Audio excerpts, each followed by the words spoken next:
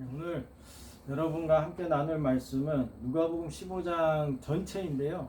너무 이 본문이 길어가지고 11절 한 절만 읽었습니다. 특별히 11절 이하의 본문을 좀 중심으로 좀 나눠보려고 하는데요. 잃어버린 그 아들을 되찾는 그 아버지의 그 모습, 그 비유, 그 탕자의 비유라고 다들 알고 계시는 그 이야기를 함께 나눠보려고 합니다. 그래서 이 이야기를 통해서 성경을 어떻게 읽어야 하는가, 성경을 어떻게 읽어야 하는가에 대해서 좀 알아보려고 하는데요. 이 비유는 너무나 유명한 비유 내용이기 때문에 스토리는 대략 무슨 내용인지 다 한 번 이상은 들어보셨을 것 같아요. 그런데 많은 사람들이 이 비유의 진짜 의미를 놓치고 있는 경우가 얼마나 많은지 모릅니다. 이 비유가 말하고 있는 것이 뭔가 이것을 분명히 알아야 되는데요. 왜 예수님이 이 비유를 하셨는지 요거를 알아야 돼요. 왜 이 비유를 하셨고 누구를 향해 이 비유를 하셨고 앞선 두 비유와 어떤 연관성이 있는가, 이것을 잘 알아야 합니다. 그래서 이 비유에서 중요한 사실 하나가 있는데요. 바로 예수님께서 이 비유를 하신 목적입니다. 목적. 이 비유를 이야기하신 목적. 자, 이 비유의 목적이라고 할 때 이 비유의 목적은 예수님께서 어떤 복음의 진수, 복음의 진리, 이것을 가르치기 위해서 이 비유를 사용하신 것이 아니다 라는 것을 알아야 돼요. 복음의 진수를 알리기 위해서 이 비유를 사용한 것이 아니라는 것입니다. 여기 이 비유 말씀에는 복음의 내용이 없어요. 복음의 핵심이 없습니다. 여러분, 복음이 뭐죠? 복음이라고 하면은 믿음. 쉽게 말하면 믿음. 뭘 누굴 믿죠? 예수님을 그렇죠. 그리스도의 속죄가 복음의 핵심이라는 것이죠. 그래서 이 비유 속에는 그리스도의 속죄의 사역이 없다는 것을 기억해야 됩니다. 집을 떠난 아들, 이 아들이 자신의 죄 가운데에서 철저히 버려둠을 당하죠. 혼자서. 그러다가 어떻게 되죠? 자기 스스로 돌이켜서 돌아옵니다. 누가복음 15장 17절에 한번 볼까요? 누가복음 15장 17절에 보니까요. 이에 스스로 돌이켜 가로되, 스스로 돌이켰다고 나오죠. 내 아버지에게는 양식이 풍족한 품꾼이 얼마나 많은고 나는 여기서 주려 죽는구나. 그리고 18절에 보니까 내가 일어나 아버지께 가서 이르기를, 내가 일어납니다. 자기 스스로 돌이키고 자기 스스로 일어나서 갑니다. 그래서 만일 이 비유의 가르침대로 우리가 믿는 기독교는 이래야 한다 라고 한다면 우리는 그리스도 없는 그러한 기독교로 만족을 해야 될 것입니다. 여기에는 희생적인 속죄도 없고요. 그리고 성령의 역사가 없이도 스스로 돌이켜서 스스로 돌아왔다고 이야기하고 있습니다. 그 상자는 온전히 자신의 의지로 어떤 도움도 없이 아버지께 돌아간 이야기라는 것입니다. 성자 하나님뿐만이 아닙니다.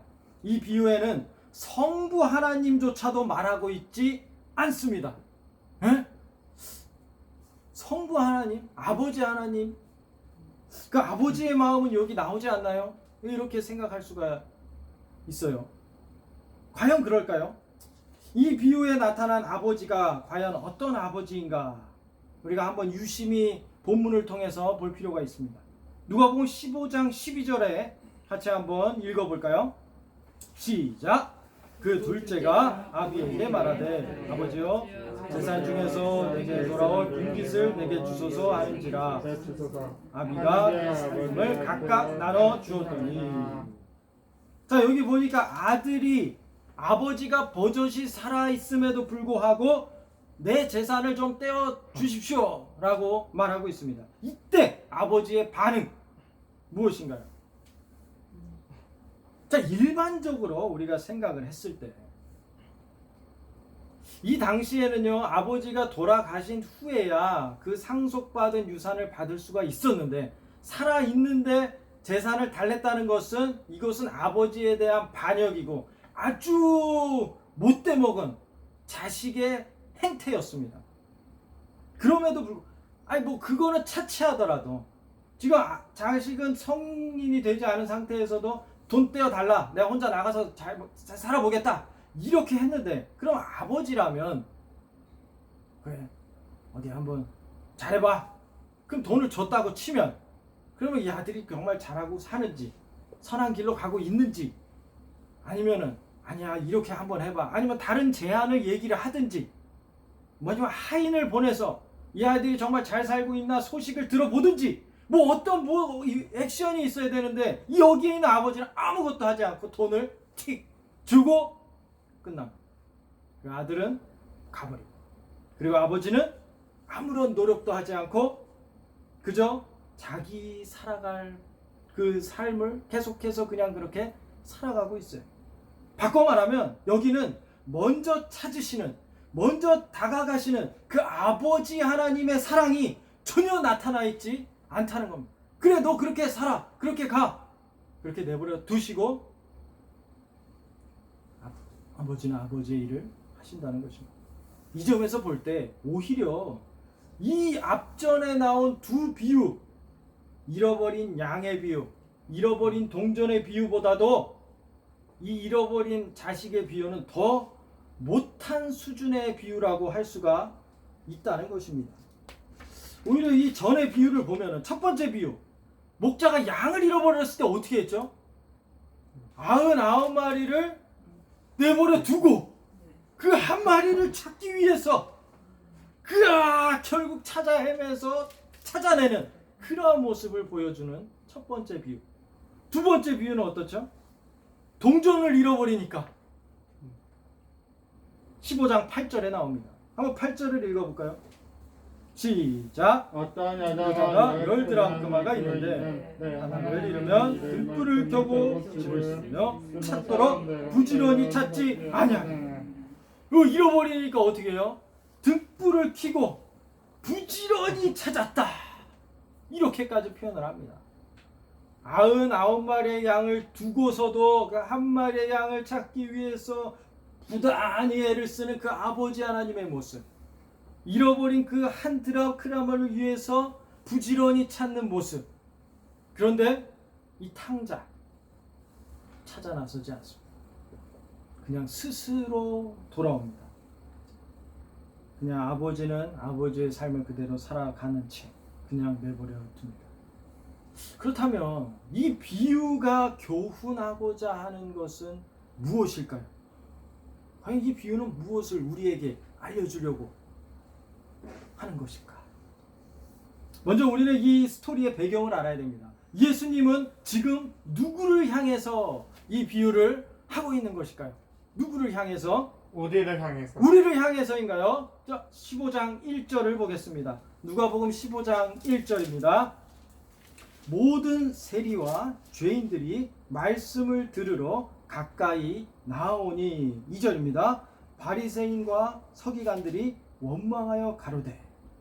자, 여기에 등장하는 인물이 모세, 세리와 죄인들, 바리새인과 서기관들이 있습니다. 그 세리와 죄인들이 이 예수님의 은혜로운 말씀을 듣기 위해서 몰려들었어요. 그 예수님의 말씀을 들으려 몰려들은 이 장면을 저 옆에서 바리새인과 서기관들이 딱 지켜보고 있었어요.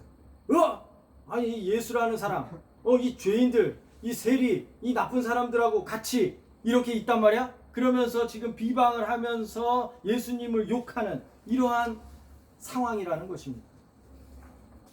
이런 때에 이 비방하는 저 바리새인과 세리들을 향해서 예수님께서는 자신을 변호하려고 지금 이 비유의 말씀을 꺼내셨다는 것입니다. 자, 그러면 주님이 자신을 어떻게 변호하고 계신지를 우리는 주목해 볼 필요가 있는데요. 선한 목자가 자기의 잃어버린 양을 찾는 비유로 시작을 해서 가난한 여인이 잃어버린 드라크마, 동전을 찾는 비유를 이어서 하시면서, 그리고 불순종하는 자식을 다시 맞아들이는 그러한 비유를, 세 가지 비유를 연속해서 하시는 이때, 잃어버린 양을 찾고 동전을 찾고 아들이 다시 돌아왔을 때 무슨 일이 벌어지죠?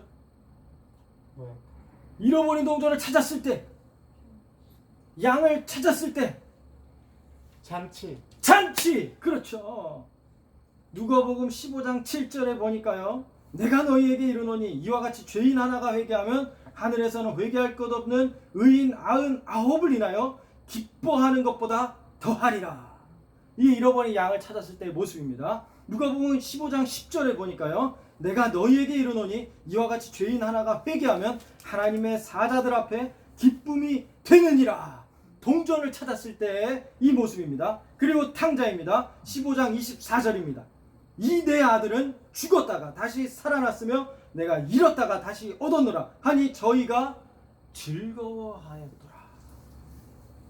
이 세 비유들이 지금 공통적으로 말하고 있는 것이 무엇일까요? 죄인 하나가 돌아오면 하나님께서는 기뻐하신다. 이것이 세 비유가 지금 공통적으로 말하고 있는 것입니다. 죄인 하나가 돌아왔을 때 하나님께서는 이렇게 기뻐하신다. 이 비유를 듣고 있는 이 죄인들, 지금 이 세리와 죄인들이 듣고 있어요. 이 죄인들이 하나님께로 가는 길을 알려주고 있는데 그 하나님께로 가는 길은 오직 예수님을 통해서라는 것이기 때문에, 오직 예수님을 통해서만 하나님께로 갈 수 있기 때문에 이 죄인들은 예수님과 함께 있을 수밖에 없는 거예요. 그래서 이 장면이, 예수님과 함께 있는 이 모습이 하나님이 가장 기뻐하시는 모습이다 라는 것을 이 비유를 통해서 세리와 바리새인과 서기관들에게 알려주고 있는 것입니다. 자신을 변호하고 있는 거죠. 내가 지금 이렇게 이들과 있는 이유가 여기 있다. 이들은 나를 통해서만 하나님께 나아갈 수밖에 없기 때문이다. 그것이 하나님의 기쁨이기 때문이다. 그래서 예수님은 그것을 변호하고 있는 것입니다. 그 바리새인들이 마음속에 이 예수님은 왜 죄인들과 같이 있는 거야? 이 모습을 예수님께서는 꿰뚫고 있었다는 것이죠. 그들의 마음속을 꿰뚫고 있었다는 것이죠. 그렇기 때문에 예수님은 더 나아가서 바리새인들과 서기관들의 이 속마음까지도 드러내 보이십니다. 그래서 이 이야기는요, 탕자의 이야기로 끝나지 않고 마무리는 탕자의 형의 이야기로 넘어간다는 것을 알게 됩니다. 왜냐하면 바리새인과 서기관들이 들어야 하기 때문입니다. 동생이 돌아와서 온통 집안이 기쁨으로 가득 찼죠. 형은 근데 그때 어땠어요? 형은 화가 났어요. 질투를 드러냈습니다. 온갖 저속한 말로 아버지께 따집니다. 누가복음 15장 29절 한번 같이 읽어볼까요? 15장 29절입니다. 시작. 아버지께 가로되 여러 해 아버지를 섬겨 명을 어김이 없거늘 내게는 염소 새끼라도 줘 내 벗으로 즐기게 하시니리. 이 비유의 말씀은 영혼의 깊은 그 자기의 내면을 바라보게 해줍니다. 예수님은 지금 거울 하나를 딱 들고 바리새인들의 마음을 쫙 비춰주고 있는 것입니다. 형이 아버지를 보며 불평하는 모습을 통해서 예수님의 행동을 보며 불평하는 이 바리새인들을 비춰주고 있는 것이죠. 그렇게 하여서 바리새인들로 하여금 그들 자신이 잃어버린 상태에 있다는 것을 깨닫도록 하시는 것입니다. 그래서 그들의 마음속에 있는 그 강팍한 마음을 끄집어내고 있는 것이죠. 그래서 세리와 죄인들뿐만이 아니라 바리새인들도 다시 아버지의 집으로 돌아와야 될 사람들임을 예수님께서는 일깨워주고 계신 것이죠. 그런데 이 마지막 부분에 보면은요, 주목할 부분이 있어요. 다른 비유에서처럼 찾아가시는 아버지, 그 아버지의 사랑이 나타나지는 않는데 찾아가는 장면이 딱 한 군데 나옵니다. 마지막에 아버지가 누구를 찾아갈까요? 예수님은 누가복음 15장 28절입니다. 저가 놓아여 들어가기를 즐겨 아니하거늘 아버지가 나와서 권한대.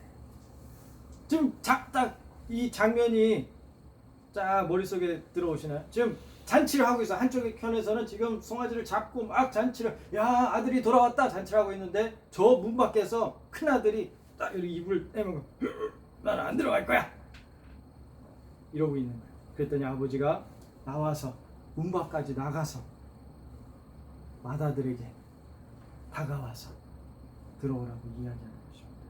조용히 타이르는 거죠. 이때 이 아들은, 이 큰아들은 자기의 의로움을 내세워요. 나는 여러 해 동안 아버지를 섬기며 살았습니다. 자기의 정당성을 이야기하고 있죠.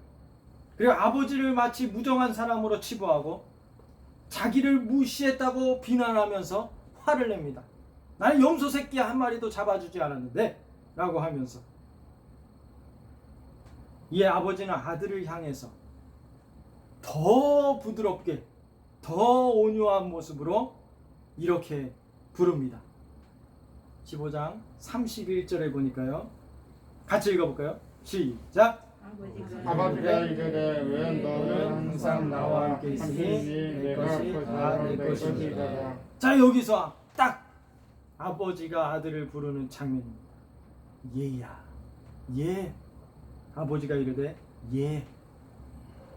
얘야, 너는 항상 나와 함께 있으니 내 것이 다 네 거야. 아버지는 사랑으로 부드럽게 모든 재산이 다 네 것이야 라고 이야기를 하고 있는 것이죠. 이 비유는요, 지금 2000년이 지난 지금 우리에게 동일하게 전해주고 있다는 것을 기억해야 됩니다. 여러분의 이야기 속에서 누가 나의 모습이라고 생각되시나요? 탕자인가요? 아니요. 아니면 형인가요? 아니면 세리인가요? 아니면 바리새인가요? 이 비유를 통해서 우리가 깨닫게 되는 사실이 또 하나 있습니다. 그것은 이 땅에는 의로운 자녀가 하나도 없다라는 거예요. 의로운 자녀가 이 세상에는 하나도 없다. 탕자 같은 인생이야 우리가 말할 것도 없이 다 불의한 인생이라는 것을 알고 있죠. 굉장히 아버지한테 재산을 달라고 하는 그 악한 모습, 그럼 당연히 탕자는 불의한 자식이라는 것을 만인이 다 인정할 것입니다. 그런데 아버지 옆에 있었던 그 형, 나쁜 짓도 하지 않았어요. 그리고 아버지 옆에서 평생을 열심히 일을 하면서 꾸준히 성실하게 살았습니다. 겉으로는 잘못이 드러난 게 없어요. 그런데 이 비유는 모든 사람의 인생에는 그 마음속에 완악함이 있다는 것을 예수님께서 알려주고 계신다는 것입니다. 그러므로 하나님의 은혜가 모든 사람에게 필요하다라는 것을 우리로 하여금 깨닫게 해주는 것이죠. 이 비유는요, 단순히 죄인을 받아주는 그런 해피엔딩의 그런 스토리로서 우리에게 알려주는 그런 비유가 아닙니다. 예수님께서는 죄인을 위로하시지만 죄를 사랑하시지는 않는다는 것을 알아야 돼요.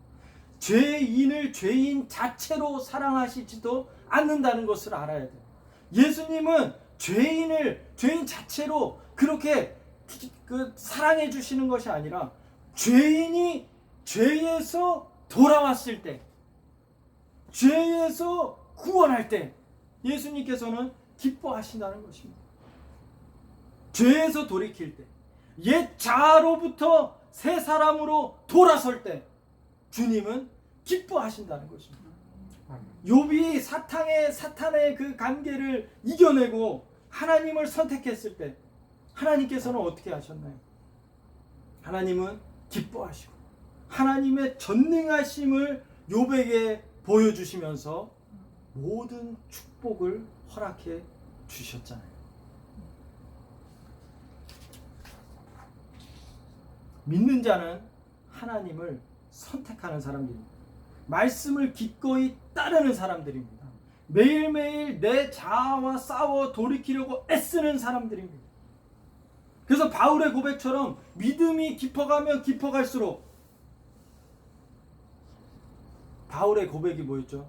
믿음이 깊어가면 깊어갈수록 바울이 했던 고백, 나는 죄인 중에 괴수라.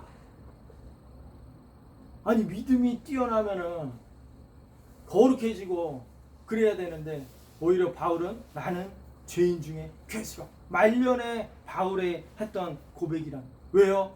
옛 자아가 계속해서 불쑥불쑥 튀어나오는 이기심이 튀어나오고 완악함이 튀어나오고 내가 옳다는 정당성이 튀어나와서 이 죄로부터 돌이켜서 주님께로 향하여 나아가는 삶, 그렇게 할 때 하나님께서는 기뻐하신다. 하나님께서는 기뻐하신다. 이것이 바로 주님을 기쁘시게 하는 인생이라는 것입니다. 주님을 기쁘시게 하는 인생. 인간의 존재의 이유에 대해서 웨스트민스터 소유리 문답이 이렇게 대답하고 있어요. 하나님을 영화롭게 하고 영원토록 그를 즐거워하는 것이 사람의 제일 되는 목적이라. 하나님을 영화롭게 하고 영원토록 그를 즐거워하는 것. 이것이 무슨 말인가요? 즉 하나님 중심의 삶을 사는 것을 의미합니다. 하나님 중심의 삶. 우리 주변에서 이루어지는 가정에서나 직장 일터에서나 학업에서나 어떤 쉼에서나 이러한 삶 가운데서 하나님을 중심으로 선택하며 삶을 살아갈 때 그것이 하나님을 영화롭게 하는 것이고 하나님을 즐거워하는 것이라는 것입니다. 그래서 이것을 하나님이 기뻐하신다는 거예요. 그런데 죄 많은 이 세상은 우리가 그렇게 살도록 가만히 내버려 두지 않는다는 것을 우리는 너무나 잘 알고 있어요. 쉽지 않아요. 알아요. 하나님 중심으로 하나님을 기쁘시게 하고 하나님을 영화롭게 하는 것 다 알아요. 그런데 쉽지 않아요. 그래서 우리로 하여금 하나님 중심의 삶을 살아갈 수 있도록 하기 위해서 예수님께서 오신 것입니다. 예수님께서는 세리와 죄인들을 바리새인과 서기관들을 향해 말씀하듯이 동일하게 우리를 향해서 말씀해 주신 것입니다. 나에게로 나오라. 예수께로 나오라. 그 길만이 오직 길이다. 예수님 중심의 삶이 우리가 유일한 살 길이다. 주님께로 나아온다는 말이 무슨 말일까요? 성경을 통해서 구원의 도를 배우는 것입니다. 사람이 하나님에 대해서 어떻게 믿어야 할 것을 배우고 하나님이 사람에게 요구하는 것이 무엇인가, 이 본분을 배우는 것, 이것을 알아가는 것, 이를 통해서 주님은 우리가 살아갈 힘과 능력과 지혜를 우리의 삶 가운데 허락해 주신다는 것입니다. 그래서 천국의 소망, 영생의 축복을 약속해 주셨다는 것을 우리에게 계속해서 확신으로 알려주시는 것입니다. 그렇기 때문에 우리는 담대히 살아갈 수가 있는 거예요. 그래 이 세상아 와 봐라, 예수가 나에게 있다. 이것이 이 비유를 말씀해 주신 목적이고 동일하게 우리에게 해주시는 말씀이라는 것입니다. 길이요 진리 대신 예수 그리스도, 그분에게로 나오는 것, 하나님은 그것을 가장 기뻐하신다는 것입니다. 이번 한 주간도 우리가 주문처럼 외우긴 하지만 예수 내 구주, 이 안에 얼마나 많은 진리, 파워, 능력이 있는지 몰라요. 예수 내 구주. 우리가 힘들고 낙담될 때마다 우리가 능히 이겨낼 수 있는 힘은 예수 내 구주가 있기 때문에, 예수님이 길이라 말씀하셨기 때문에, 그것이 하나님의 기쁨이기 때문에 우리가 한 주간도 그렇게 승리하며 살아가기를 소망합니다. 기도하겠습니다. 아멘.